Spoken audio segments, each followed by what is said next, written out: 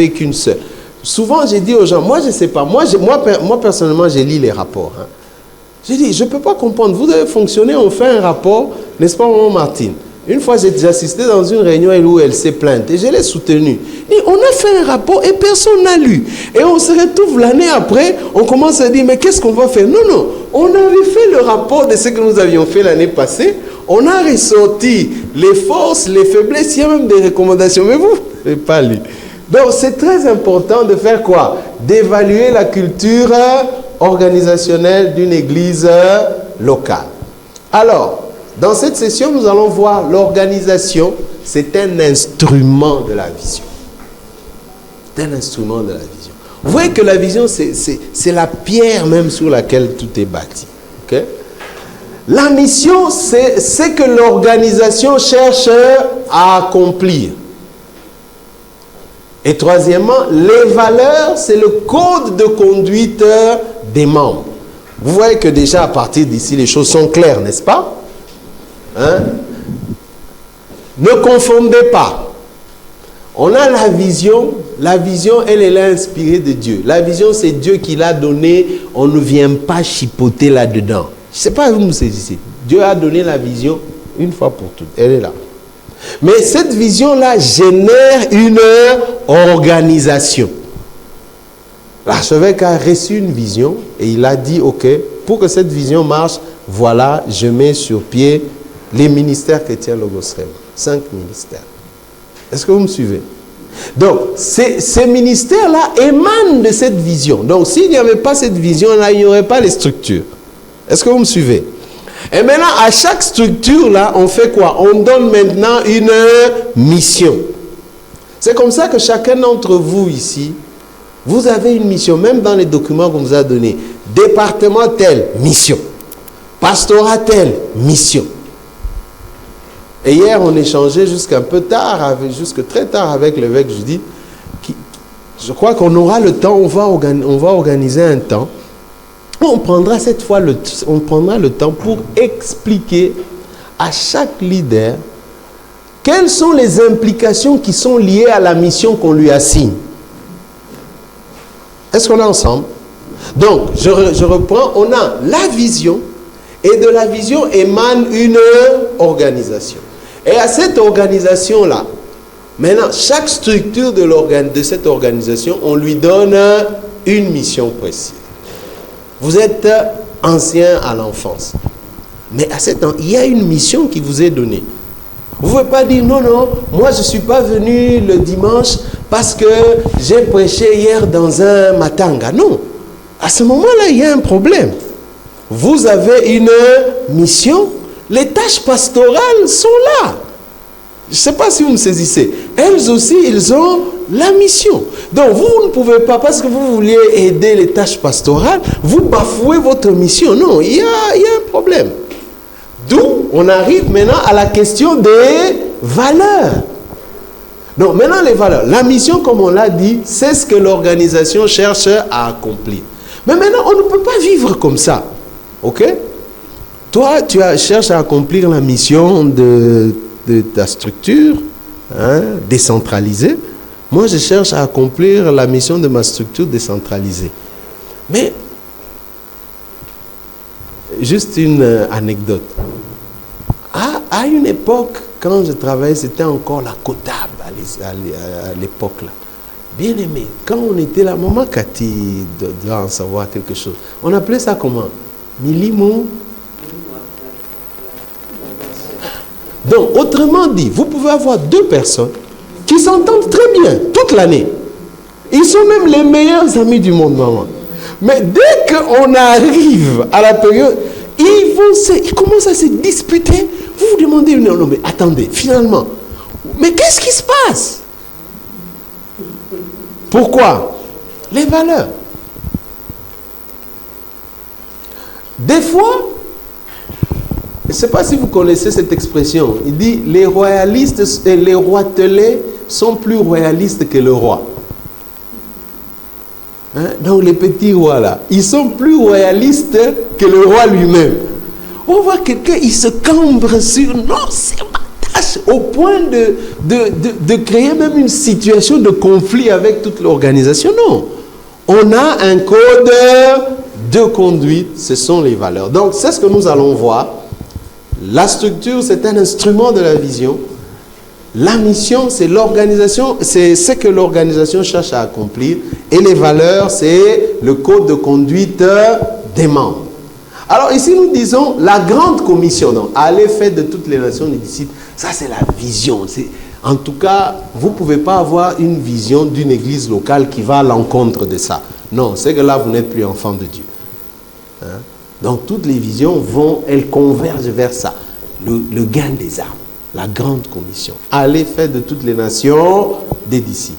La vision biblique locale, c'est que l'église locale est appelée à devenir et à accomplir dans un temps, un lieu, un contexte précis.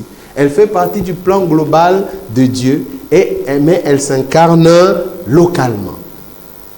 Conséquence, la vision donne naissance à l'organisation, c'est ce que j'ai dit ça.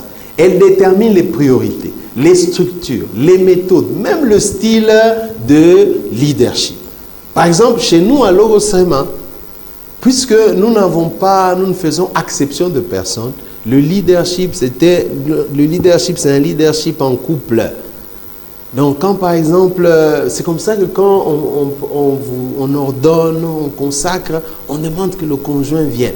Si votre vie de couple est bizarre là, vous pouvez même manquer ça, n'est-ce pas? Parce que ça fait partie de notre style de leadership.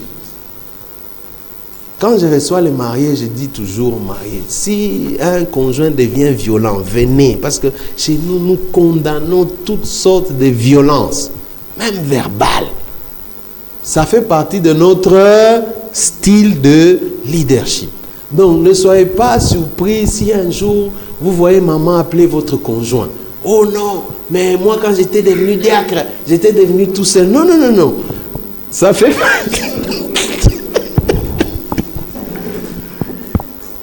J'ai mal parlé. Non, mais ça fait partie de notre style de... En tout cas, chez nous, à Logos Rema, c'est notre style de leadership. Juste une anecdote. Une fois, on m'a invité prêcher quelque part et j'arrive là-bas. Le jour où je suis arrivé, j'ai vu les femmes... donc les femmes, les femmes des intervenants se mettaient derrière. Je me suis dit, avec les filles de maman, je dis, tu vas l'amener ici, elle va faire... Je lui ai dit, maman, là on m'a invité de prêcher. Les femmes se mettent, elle dit, ceux qui bon, n'a aucune idée. Elle dit, je savais. Pourquoi? Parce que chez nous, le style de leadership est celui-là. On tient compte, c'est un exemple que je donne, on tient compte du conjoint. Donc ça, c'est très important. Donc votre vie familiale a un impact. Il ne faut pas dire, oh non, non, c'est la vie privée. Ça me... Non, non, chez nous, ce n'est pas comme ça. Est-ce qu'on est d'accord? Voilà. Alors nous disons que l'organisation n'est pas un but en soi. Non, non, il ne faut pas se cambrer là. Oh non, moi je suis ancien de tel, donc c'est... Non, non, ça ne marche pas comme ça. Ok? Elle est façonnée par la vision, elle repose sur des principes bibliques. Nous sommes un corps, la collégialité, le service. Nous sommes des serviteurs, nous avons un leadership servant, un leadership qui sert. L'intégrité. Okay? Vous êtes intègre, donc c'est que vous êtes dans... Vous êtes intègre, vous êtes complet. Voilà, c'est ce que ça veut dire. Elle dépend directement de la vision qui l'anime et qui en détermine la finalité. Bien, mais j'insiste vraiment sur la vision. Ne vous détournez pas de la vision. Ok? Tout ce que vous faites, faites-le au nom du Seigneur. Que tout se fasse avec bienséance et avec ordre. Alors, c'est quoi le rôle de l'organisation? Donc, c'est de fournir des structures, des rôles, des systèmes, des coordinations nécessaires pour faire quoi? Pour traduire la vision en action concrète et comment? Continue. Donc, quand vous êtes à la tête d'une structure, vous êtes à la tête d'un secteur, vous êtes à la tête d'un département, voici votre rôle. Est-ce que dans tout ce que je fais là, est-ce que je suis en train de donner le nécessaire qui peut permettre à la vision de faire quoi? De se manifester en action concrète. On est ensemble. C'est comme ça que souvent, quand vous allez présenter, pour ceux qui n'ont pas encore travaillé avec l'archevêque, je vous préviens déjà, quand vous allez lui présenter un projet d'une action, rassurez-vous qu'il y ait un contexte qui soit bien précis, des objectifs bien précis, qui démontrent en quoi est-ce que cela va rendre la vision comment? Concrète. Est-ce qu'on est ensemble? C'est très important. Donc vous voyez que tout tourne autour de la vision. Donc ça, c'est très important. Donc l'organisation, toute l'organisation que vous faites, n'oubliez pas, elle est un instrument de la vision. Donc ça, c'est quelque chose de capital. Mais maintenant, la mission. Donc, l'organisation, tout ce que vous faites, les structures décentralisées, les structures centralisées, toutes les structures qu'on a, ce sont des instruments de la vision. Mais maintenant, c'est quoi la mission de ces différentes structures-là? Ce n'est pas la même chose avec la vision. Est-ce qu'on est ensemble? La mission quoi? La mission découle directement de la vision. Elle traduit la vision en action concrète. C'est que l'Église fait, pour qui, comment et dans quel but. Donc, par exemple, l'enfance. L'enfance a une mission. Cette mission doit découler directement de la vision. Mais maintenant, elle va traduire cette vision-là en action concrète. Pour qui? Pour les enfants. Femme-Lord, pour qui? Pour les femmes.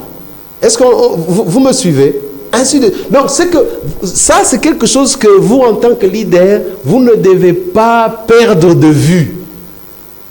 Il y a la vision, mais je dois la traduire de manière concrète pour ces enfants que je gère, pour cette extension que je gère, pour ce groupe que je gère, pour l'intercession que je suis en train de gérer, pour la dévotion matinale. Il faut quand on vient à la dévotion matinale, qu'on sente que non, on est à Logos Rema, n'est-ce pas? N'est-ce pas, Maman Cathy?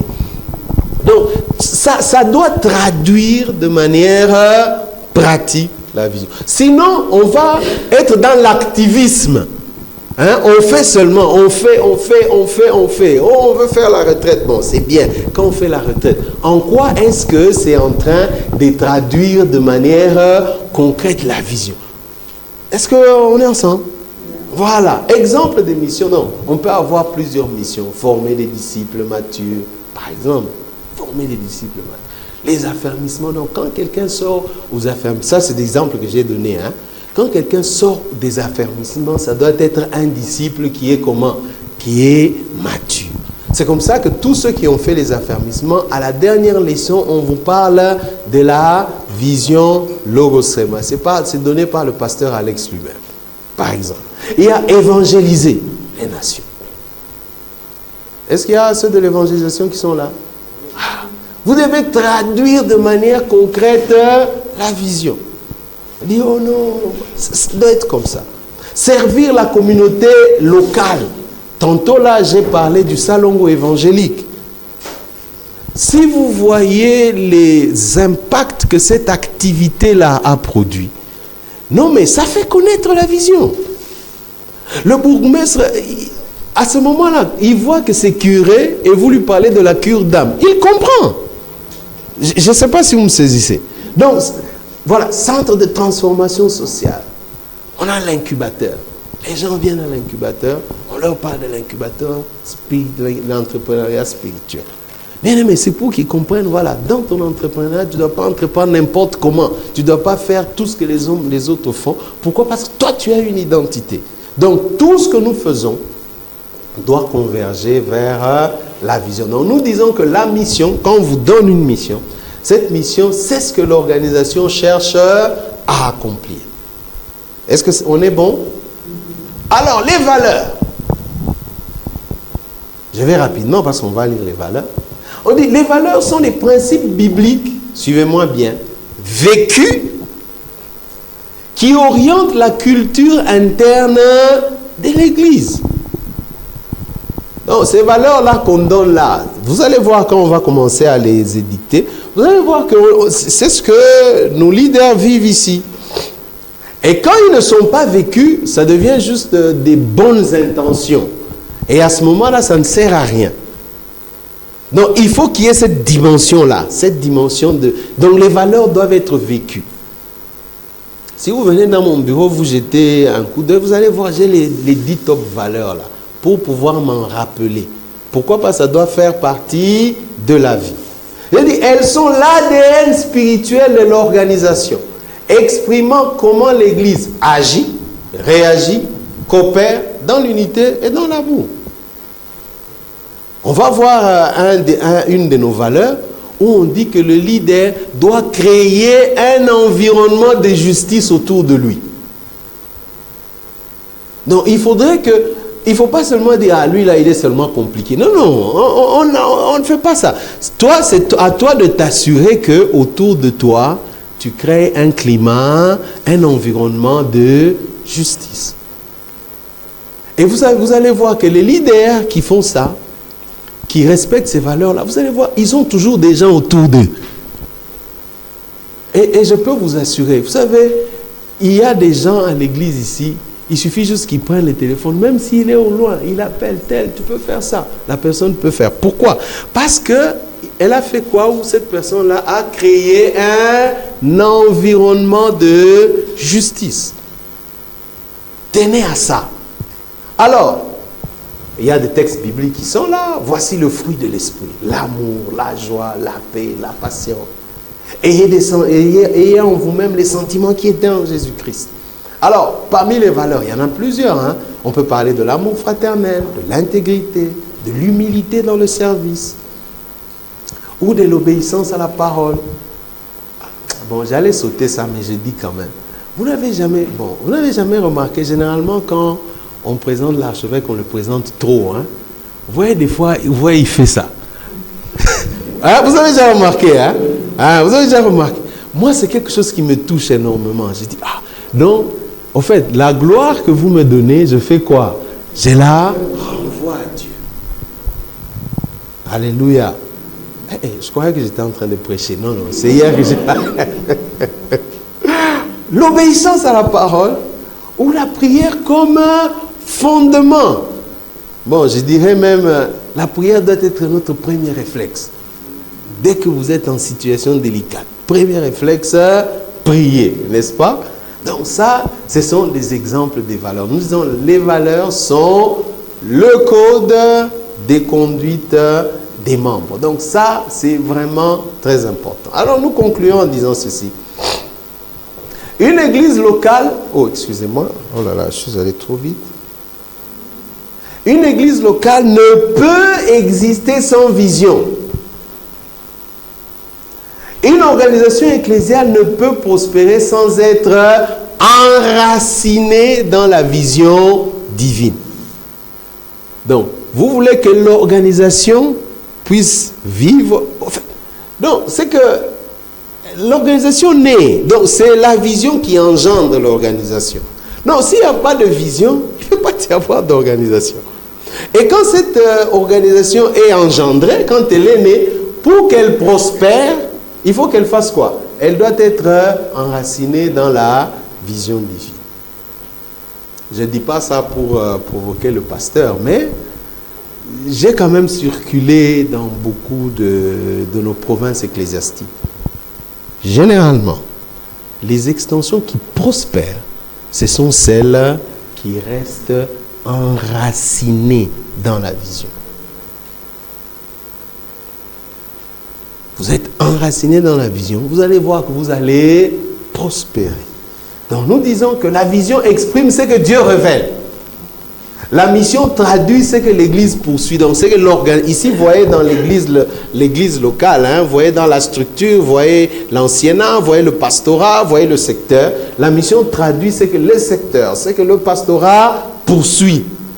Okay? Les valeurs définissent comment l'Église agit. Okay?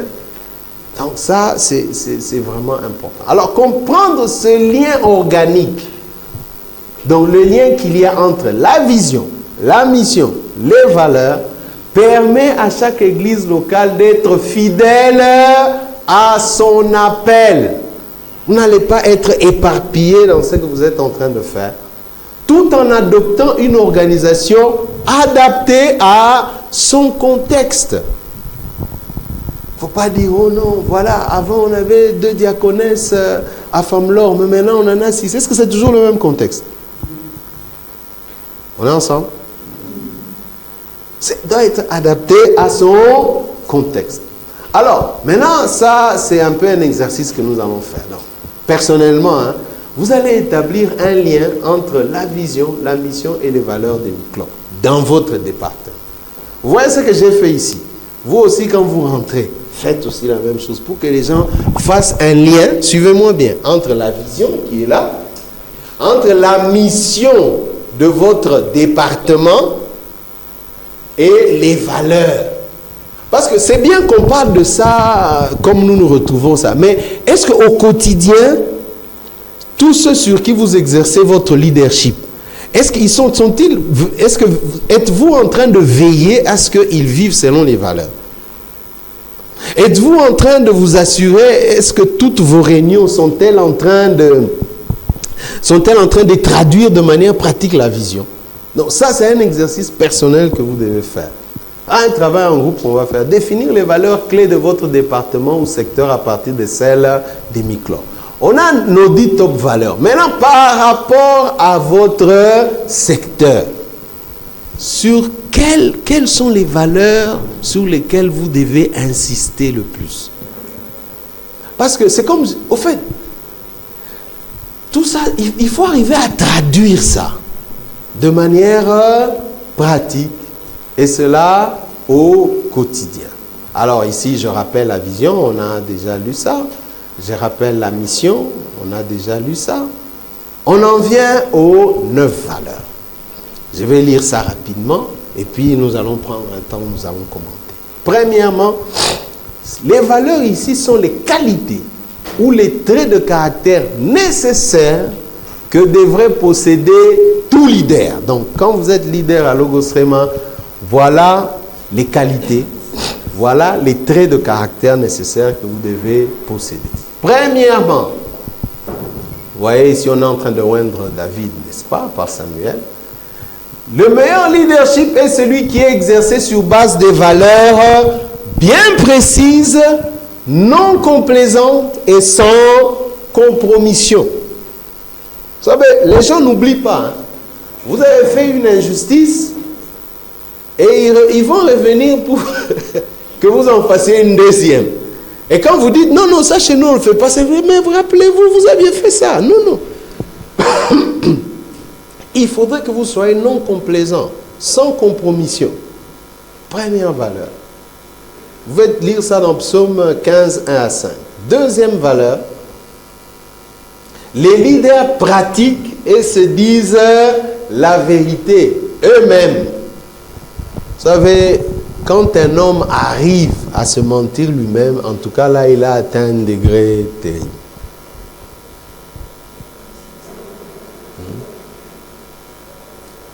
Souvent, je taquine l'ancien Audi. J'ai dit, est-ce que...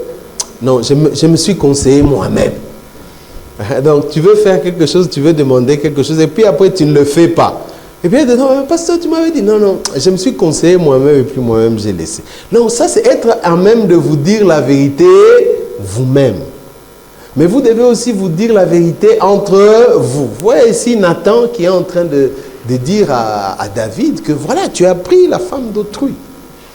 Mais bien aimé, ce n'est pas parce qu'on doit se dire la vérité qu'on doit commencer à ne pas avoir des égards les uns vis-à-vis des autres. Hein? Est-ce qu'on est ensemble? Il ne faut pas qu'au nom de la vérité que tu manques de respect à l'ancien. Non, on va te suspendre. On est ensemble? Troisième, vous pouvez lire ça dans Psaume 57, 1 au 12. Troisième vérité, troisième valeur. Les leaders posent des actions centrées sur les principes.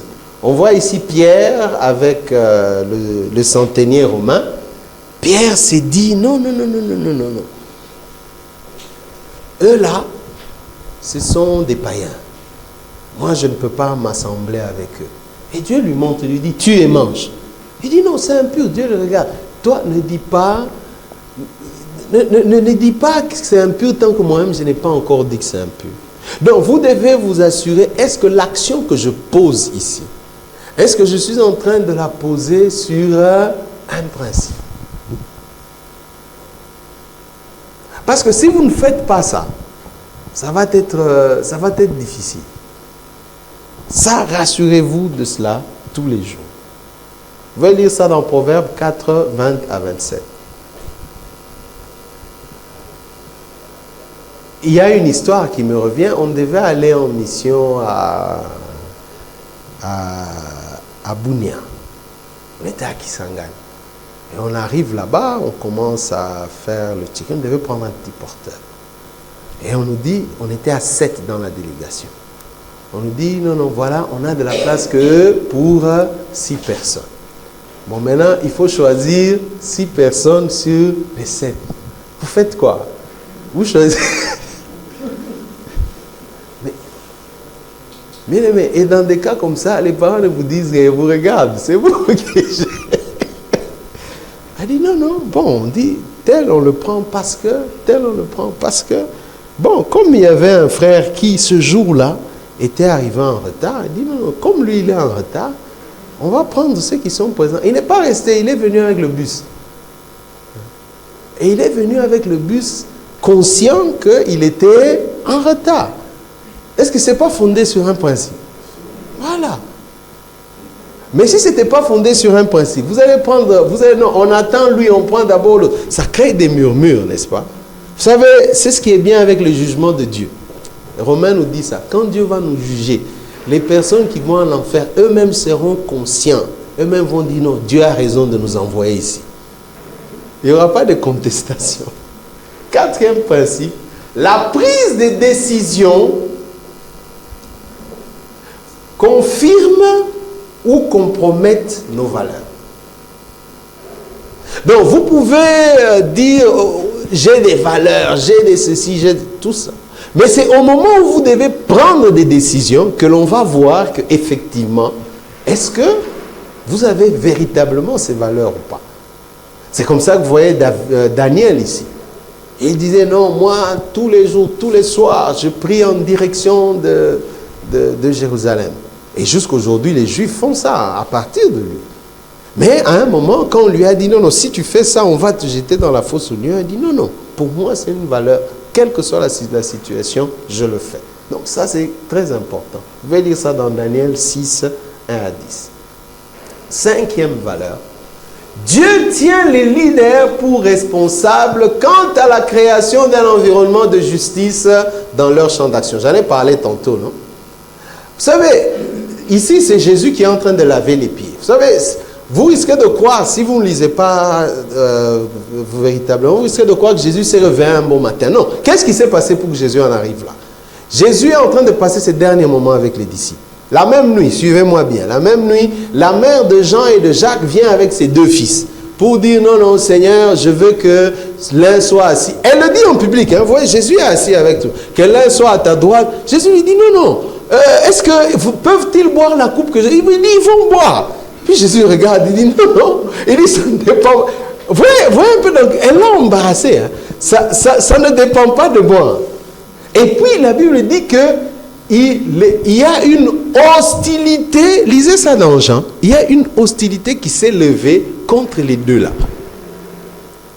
La même nuit, Judas trahit Jésus. La même nuit, Jésus annonce à Pierre qu'il va le trahir. Jésus regarde, dit non, non, je ne peux pas laisser ces gens comme ça. Jésus fait quoi? Il se dévêtit et puis il commence à laver les disciples. Voyez comment il a répondu à la... Il dit donc, ok, Jean et Jacques, si vous voulez partager ma coupe, voilà ce que vous devez faire. Voyez qu'il a créé un environnement de justice que la mère de Jean et de Jacques a commencé à enflammer comme ça. Donc, c'est que des fois, en tant que leader, vous devez jongler avec tout ça. Donc, vous ne devez pas être aveugle. Il y a certaines choses, vous devez être à mesure de comprendre les non-dits. Vous devez être à mesure de lire entre les lignes, de voir que non, l'action que tel est en train de vouloir porter, ça risque d'embraser tout le reste. Il faut que je crée un environnement de justice. Mais ça ne doit pas compromettre vos valeurs. Est-ce qu'on est ensemble? 6e, vous pouvez lire ça dans Michée 6:8. J'ai beaucoup aimé ce texte. Oh homme, tu connais la vérité. Vous savez, les gens connaissent la vérité. Des fois, il faut seulement le leur rappeler. 6e, les 10 valeurs centrales, top valeurs que le Seigneur Jésus-Christ nous a laissées. Matthieu 6, 1 à 7. Voilà, elles sont là. Jésus les réduit en 2 valeurs qu'on peut lire. Donc, aime Dieu de tout ton cœur, de toute ton âme. Aime ton frère comme tu t'aimes toi-même. Un jour, un bien-aimé m'a posé la question. Il dit, pasteur, bon, si moi-même je ne m'aime pas, comment est-ce que je vais aimer mon frère comme moi-même? J'ai dit, si tu ne t'aimes pas, c'est parce que tu n'as pas encore aimé Dieu. Si tu aimes Dieu, tu vas voir que Dieu va refléter l'amour que tu as vers toi-même. C'est comme ça que Jésus a mis ça dans cet ordre-là. Il dit, aime ton Dieu. Quand tu aimes ton Dieu, Dieu résout tous tes problèmes là. Est-ce qu'on est ensemble? À ce moment-là, tu peux t'aimer et tu peux aimer ton prochain. 8e valeur. Valeur et conscience du leader. Voilà comment est-ce que vous devez tenir votre conscience. Soyez ouvert et non condescendant. Vous savez, c'est un peu comme avec les enfants. Vous savez que 1 moins 2 égale moins 1. Mais lui, il est encore à l'école primaire. Quand on lui enseigne ça, on lui dit 1 moins 2, impossible. Alors, vous devez être ouvert. Donc, ça, c'est la vérité à son niveau. Vous ne devez pas commencer à l'embrouiller ensemble N, ensemble Z. Non, il est encore à l'école primaire. Il ne va pas comprendre ça. Donc, des fois, par rapport à certaines de nos réactions, par rapport aux certaines actions que nous posons, nous ne devons pas être condescendants. Tu sais qu'il est dans l'erreur. Vous allez voir ça. Parce que l'onction qui est sur vous, vous voyez quelqu'un qui vient avec une proposition, tu sais qu'il est dans l'erreur, mais il faut éviter d'avoir de la condescendance, de lui faire sentir que non, ce qu'il propose là, c'est rien. Hein? Vous devez développer du tact, dire, c'est intéressant ce que vous dites, mais est-ce que vous avez tenu compte de telle chose, telle chose, telle chose? Quand la personne regarde, dit, on dit, pasteur ancien, je crois que je n'ai pas bien ficelé le projet, je vais encore y travailler, et la personne revient. Ça, vous êtes ouvert. Souvenez-vous que chacun des chrétiens a des comptes à rendre à Dieu et non à vous au final.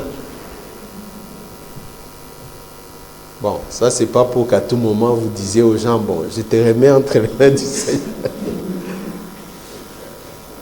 Oui. C'est très important. Accrochez-vous à vos propres convictions. Tout ce qui n'est pas produit de conviction est... Voilà. Mais maintenant, on tempère. Hein? Quelles que soient vos valeurs, vos motifs doivent rechercher le plaisir de Dieu. Faut pas... Non, vous avez des convictions qui commencent même à mettre l'évangile à mal. Non. Elle dit, non, ça, ce sont mes convictions. Non. Ça, ce sont... Non, ça ne marche pas comme ça. Est-ce que vos convictions-là cherchent-ils le plaisir de Dieu? Il faut les interroger, ces convictions-là. Ça, c'est très important. Et puis enfin, vous êtes, après tout, comptable devant Dieu. 9e... excusez-moi. Ne soyez pas une pierre d'achoppement pour personne. Bon, il y a des choses, vous savez que ce n'est pas un péché, mais c'est parce que ça peut choquer, parce que ça peut pousser à murmurer, vous ne le faites pas. Quelqu'un m'a dit c'est de l'hypocrisie. Non, ce n'est pas de l'hypocrisie, c'est de la maturité spirituelle. Est-ce que vous me saisissez? Vous savez que ce n'est pas un péché, mais vous savez qu'en le faisant, ça va troubler l'Église, alors ne le faites pas. Okay? Quand les gens seront matures, ou travailler à leur maturité, et un jour, ils comprendront et ils pourront vous suivre. 9e valeur, les leaders doivent chérir la vérité plus que toute autre chose dans la vie. Ici, on n'a pas dit les leaders doivent aimer. On a dit quoi? Ils doivent... Qui a un chéri ici? Vous voyez quand vous vous appelez votre mari chéri. Donc, la vérité, elle ne doit pas seulement être aimée. Elle doit être comment? Elle doit être chérie. Vous la chérissez. Suivez bien maintenant. Quand la vérité préside une organisation, plusieurs bénéfices en résultent nécessairement. Lesquels? Premièrement, la confiance de soi parmi le personnel. Quand on sait que, quand le leader parle, quand le leader vous dit ça, tout le monde sait que c'est ça la vérité. Il y a la confiance. C'est comme ça, il ne faut pas mentir. Le jour où vous allez commencer à demander les visas, vous allez apprendre combien est-ce que dans certains pays, le monde. Si on constate seulement que ce que vous aviez dit ici et ce qui est là, on vous refuse. Pourquoi? Parce qu'il ne faut pas mentir. Il faut dire la vérité. Le leader, quand la vérité chérit l'organisation, le leader a moins d'encombrement au niveau mental. Vous savez, les fidèles ici, tous ne sont pas des brebis. Hein. Parmi eux, il y a aussi des boucs. Hein. C'est vrai. Et des fois, ils peuvent vous encombrer vraiment mentalement. Avec des faux problèmes. Des faux problèmes. Mais maintenant, quand vous créez cet environnement de justice, quand vous chérissez la vérité, vous allez voir que vous avez moins d'encombrement mental. Vous savez, il y a toujours les fausses accusations. Mais quand vous savez que vous n'avez rien fait, vous êtes moins encombré mentalement. Les gens ressentent la liberté du fait de la transparence des uns envers les autres. C'est très important. C'est très important. Donc, ne commencez pas à gérer comme... non. Vous gérez en empêchant les gens de parler, en empêchant les gens d'exprimer, de s'exprimer. Non. Laissez les gens s'exprimer de toutes les façons. La vérité, quand elle est là, elle prédomine sur tout. Vous savez, la vérité n'a pas besoin de se justifier. C'est un fait, c'est là. Okay? Le leader a de la crédibilité lorsque il parle. Quand il fait quoi? Quand il chérit la vérité. Donc, voilà 9 valeurs importantes que j'aimerais que chacun d'entre nous puisse avoir, qu'il puisse chérir. Est-ce qu'il y a des questions? Merci.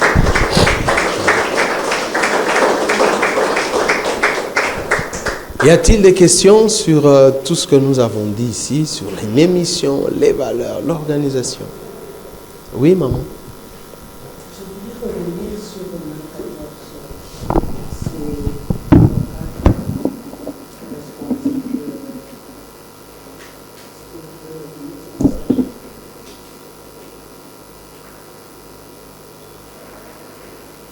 C'était la constante valeur. Ah, ici.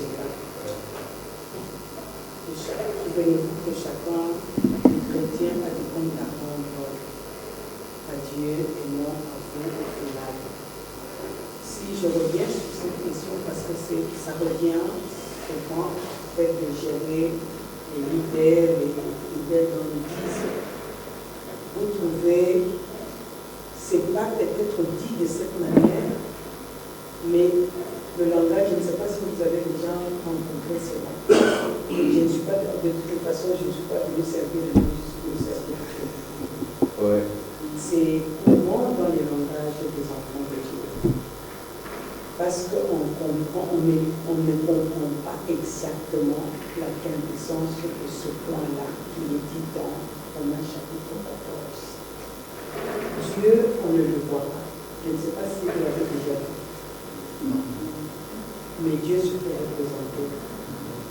Alors, comment tu peux aimer, même dans un Jean quelque part, il dit, comment peux-tu prétendre aimer Dieu que tu ne vois pas et ne pas aimer celui que Dieu a établi pour le représenter? Donc Dieu, c'est vrai, tu n'as pas de compte à rendre, tu dois rendre à Dieu, mais quelque part, Dieu a établi ses serviteurs, il a établi ses représentants auprès duquel vous devez rendre compte.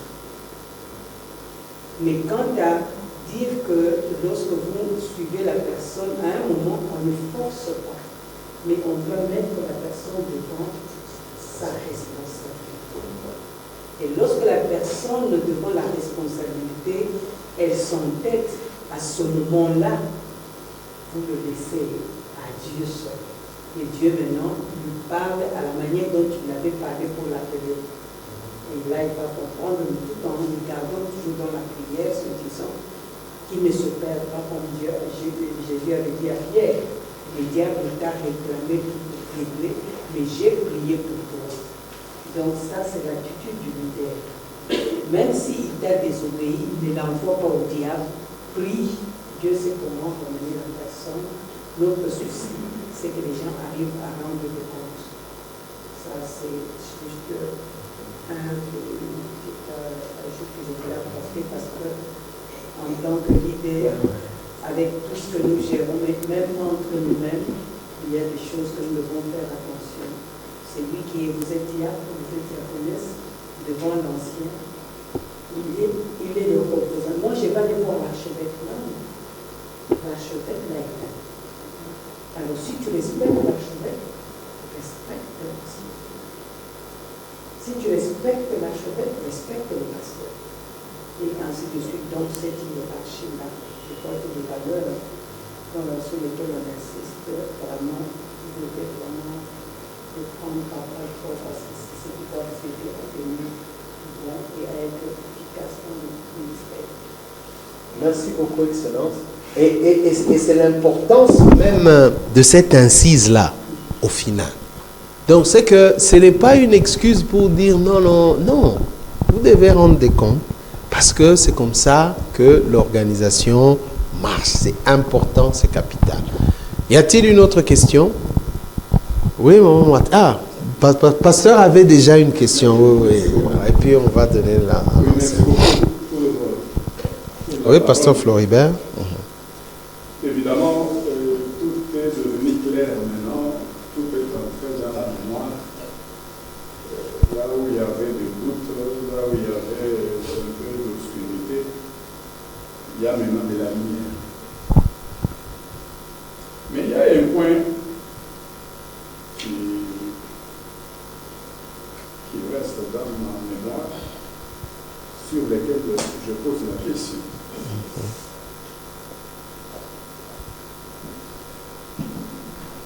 Allez, faites de toutes les nations des disciples.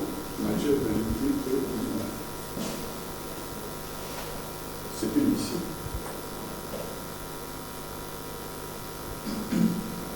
Quelle est la planification de notre Église pour répondre à cette mission qui est vraiment non? Qu'est-ce que je veux dire par là? En débutant par notre pays, comment est-ce que nous pouvons apporter notre message pour libérer cette nation, pour libérer leur intelligence, par exemple à Businga, par exemple à Yakoma? Vous y avez aidé? Non. Révérend. Oui. C'est ma question. Je saisis très bien. Voilà. Et comment est-ce que nous pouvons apporter ce message dans la planification de notre Église, Logos Suprême? Merci beaucoup pour la question. Je voudrais peut-être corriger quelques prémices dans la question. Vous avez cité Businga, vous avez cité Yakoma, mais je peux aussi vous citer Bowende. Je peux aussi vous citer Goma. Je peux aussi vous citer Basankusu. Je peux aussi vous citer Boma 1, Boma 2, Boma 3. Je peux vous citer Matadi. Je peux vous citer Kalemi. Je peux vous citer Kamina. Je peux continuer à citer comme ça. Par exemple, Téné, nous avons près de 50 centres de gloire qui sont essaimés dans toute la République démocratique du Congo. Je ne vous cite pas les différentes cellules qui existent. Donc, c'est que peut-être vous n'avez pas encore eu le temps de lire tout le manuel d'action. Vous allez voir que dans le manuel d'action, à chaque poste de responsabilité, il y a une mission qui est assignée, il y a un cahier des charges qui est donné, et puis il y a aussi un plan stratégique qui est donné. De telle sorte que on rappelle, vous voyez qu'on a insisté ici. Le premier passage, je crois, quand j'ai commencé mon exposé, que j'ai donné, c'était « Allez, faites de toutes les nations l'Église ». Vous allez voir que toutes les activités que nous faisons, pour l'essentiel, le premier objectif que nous nous fixons, que ce soit dans les célébrations, que ce soit dans toutes sortes d'activités que nous faisons, c'est le gain des âmes. D'où même le fait que nous avons, chez les hommes, on a un chargé d'évangélisation, n'est-ce pas? Chez les jeunes, le diacre, est-ce qu'on ne peut pas acclamer pour le diacre William? La même chose chez les jeunes, la même chose. La diaconesse de l'évangélisation chez les femmes, elle est où? Voilà. Ouais, voilà. On a, donc, dans toutes nos structures, agio-sexo-spécifiques, nous avons il y a des responsables qui sont attitrés à cette fonction-là. Vous avez vu, j'ai cité plusieurs fois une activité qu'on a eue ici depuis le début de l'année, le salongo évangélique. Nous préparons encore une autre activité le 17 novembre et le 17 mai ici. Donc c'est comme pour dire que notre Église est tournée totalement vers une action évangélique. Pourquoi? Parce que c'est le fondement même de l'appel du Seigneur. Donc, ce n'est pas parce que nous faisons toutes ces activités-là que nous devons être dépourvus de cette vision-là qui nous conduit. Non. Nous avons notre vision, mais cette action évangélique, elle est faite dans tout ce que nous faisons. Vous avez parlé des nations. Voilà jusqu'où c'est allé. Vous avez déjà entendu parler de la cure d'âme de la République démocratique du Congo, CAN RDC. Vous voyez que ça, c'est même au niveau de toute la nation. Ce n'est pas seulement au niveau des individus, mais c'est même au niveau des institutions, pour que celles-ci puissent travailler, fonctionner dans les respects des prescrits de la parole de Dieu. C'est vrai qu'on n'est pas encore à Businga, mais n'oubliez pas qu'on est déjà à Bassankusu. N'oubliez pas qu'on est déjà à Boende. Et nous continuons comme ça. À Badolite aussi. Donc voilà, il y a comme ça des endroits que j'ai même oubliés, mais nous sommes là. Donc l'Église a une véritable mission. Oui, à Badolite. On va avec le pasteur Joseph Kassou, qui a une très grande église là-bas. Oui, maman, vous vouliez ajouter quelque chose avec excellence? C'est juste moi, je suis en train d'écouter le pasteur en train de dire c'est quoi la nation? Ma voix est basse.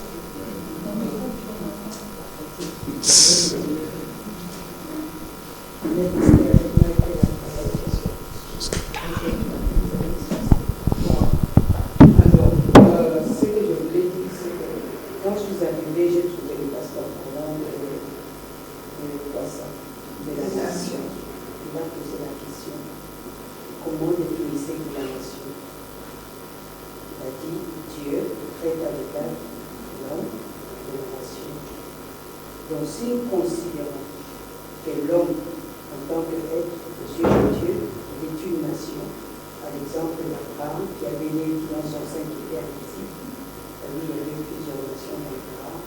Et quand Dieu traitait avec Abraham, Dieu traitait avec les nations. Donc, l'évangélisation, quand Jésus dit, va être faite de toutes les nations. Vous n'avez pas été capable. Quand Dieu veut, c'est vrai, avec les mêmes qui sont faits, nous avons pratiquement fait le tour de tout le Congo, mais on n'a pas de loi. Mais comment est-ce qu'on peut faire une nation pour répondre à votre souci, à votre question? La nation, l'homme, la nation c'est aussi le peuple, la nation c'est aussi une famille. Alors lorsque tu te lèves pour répondre à cet ordre qui est notre mission de faire une nation ici, le fait de gagner une âme au Seigneur, et cette âme qui contient en lui des peuples, vous avez touché les nations à travers une personne. D'où il vous a donné notre style de prêcher l'évangile, c'est que toutes nos activités sont axées sur le gain du salut. Parce que tu ne sais pas, en touchant une âme, combien de peuples tu as touché, combien de familles tu as touché. Donc, n'ayez pas ce souci-là, si Dieu vous l'a donné, peut-être dans votre église, il y a quelqu'un qui contient, c'est peut-être vous l'avez. Donc, il y a, dans votre église, il y a une personne qui a Jacob. Il y a encore un autre qui a aussi. C'est pour ça que quand Dieu avait touché le bishop, le pasteur, John Divan, quand on lui a posé les mains, on ne savait pas qu'on avait vu le pasteur qui avait John Divan. Donc, ne nous laissons pas de prêcher l'évangile devant une personne, même si c'était un enfant de l'église, parce que vous ne savez pas spécifiquement cette personne peut produire comme résultat qui va toucher plusieurs villages et plusieurs provinces. Voilà un peu. Une autre question? Oui? Ah, ancien Martin. Pasteur, je voulais juste avoir une question. Lorsque vous parlez, quel que soit, là où nous étions la 8e valeur, quelles que soient les valeurs, vos motifs doivent rechercher le plaisir à Dieu, quelles que soient vos valeurs. Je voudrais un peu qu'on explicite parce que dans les valeurs, qu'est-ce qu'on voit, même quand les valeurs sont fortes, mais il y a aussi des valeurs qui peuvent être inconscientes. Qu'est-ce que vous entendez par quelles que soient les valeurs? Les valeurs que nous avons données ici, ce sont les valeurs que nous considérons comme étant celles qui sont les clés d'un leadership qui travaille à un fonctionnement d'excellence. Mais ça ne veut pas dire que ce sont les seules valeurs qui existent. Par exemple, il y a parmi nous, je ne sais pas pourquoi cet exemple m'est revenu, quand nous étions petits, on pouvait aller avec maman, même chez son amie. Mais elle nous a déjà dit, on ne mange pas chez les gens. Donc, même quand vous êtes en sa présence et qu'on vous invite à manger, elle ne va pas refuser pour vous. Mais puisqu'elle vous a déjà dit de ne pas manger, vous devez refuser. Si vous acceptez, quand vous allez rentrer à la maison, pourquoi? C'était une valeur qu'elle nous a inculquée. Et moi aussi, quand j'ai eu des enfants à mon tour, je leur ai aussi inculqué la même valeur. Je me rappelle une fois, j'étais avec mes enfants au bureau, il y a une bien-aimée qui est venue, elle a vu ma fille, elle était contente, elle estimait qu'elle était bien habillée, qu'elle avait bien salué, elle dit, ok, comme ça je vais te donner de l'argent, tu vas t'acheter quelque chose. Elle a sorti de l'argent, elle lui a donné. Ma fille n'a pas pris. Elle a insisté. Et puis après, elle m'a regardé et dit, ah, pasteur, vous avez déjà dit à vos enfants de ne pas prendre de l'argent de la main des inconnus. J'ai dit oui. Alors maintenant, elle me regarde, pasteur, est-ce que vous permettez que je lui donne de l'argent? J'ai dit à ma fille, tu peux prendre. Elle a pris. Est-ce que c'est une bonne valeur? Oui. Mais maintenant, ici, quand on dit quel que soit, on n'a pas cité ça dans ces valeurs. Mais imaginez que nous allons pour évangéliser. Imaginez que nous allons pour telle ou telle autre chose. Certaines valeurs qu'on vous a apprises, elles sont peut-être bonnes, mais si elles peuvent devenir un frein pour évangéliser, à ce moment-là, ça devient un problème. C'est comme ça que Paul a dit, avec les Juifs, j'ai été comme les Juifs. Avec les païens, j'ai été comme des païens. Au point qu'il a tensé Pierre, quand vous lisez dans Galates, il le dit. Il dit, Pierre mangeait avec les païens jusqu'au moment où les gens que Jacques sont venus, on a vu qu'il s'est retiré, ne mangeait plus avec les païens. Je l'ai repris publiquement. C'était peut-être une bonne valeur qu'il avait, mais dès l'instant où ça commençait à affecter la prédication de l'évangile, c'est comme ça qu'on dit qu'il faut rechercher le plaisir de Dieu. Oh, moi je ne fais pas ceci. Oh, moi je ne fais pas cela. C'est peut-être une valeur qu'on vous a apprise. Peut-être des choses que vous avez apprises à l'école. Oh, moi je ne parle pas lingala. Non, mais vous vous retrouvez avec les mamans du camp. Vous faites quoi? Vous vous battez. Oh, chez moi, les enfants ne parlent pas lingala. Mais l'enfant, il grandit, il va à la jeunesse, on l'envoie à l'évangélisation. Il dit, papa, je suis arrivé là-bas. Bon, je ne sais pas, je ne suis pas en train de parler de quelqu'un. Hein. Papa, je suis arrivé là-bas, on parle, je ne sais pas. Elle dit, non, non. À ce moment-là, tu dis au travail, non, à partir d'aujourd'hui, parlez-lui en lingala. Donc, c'est que, quelles que soient vos valeurs, donc, vous devez vous rassurer que vos motifs, ce qui procède à cela, puisse être le plaisir à Dieu. Voilà.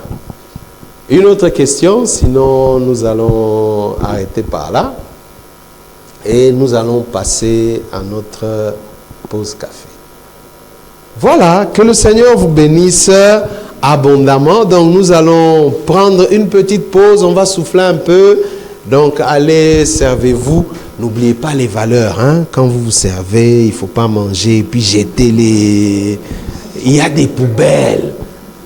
Non, mais ça, on n'a pas filmé.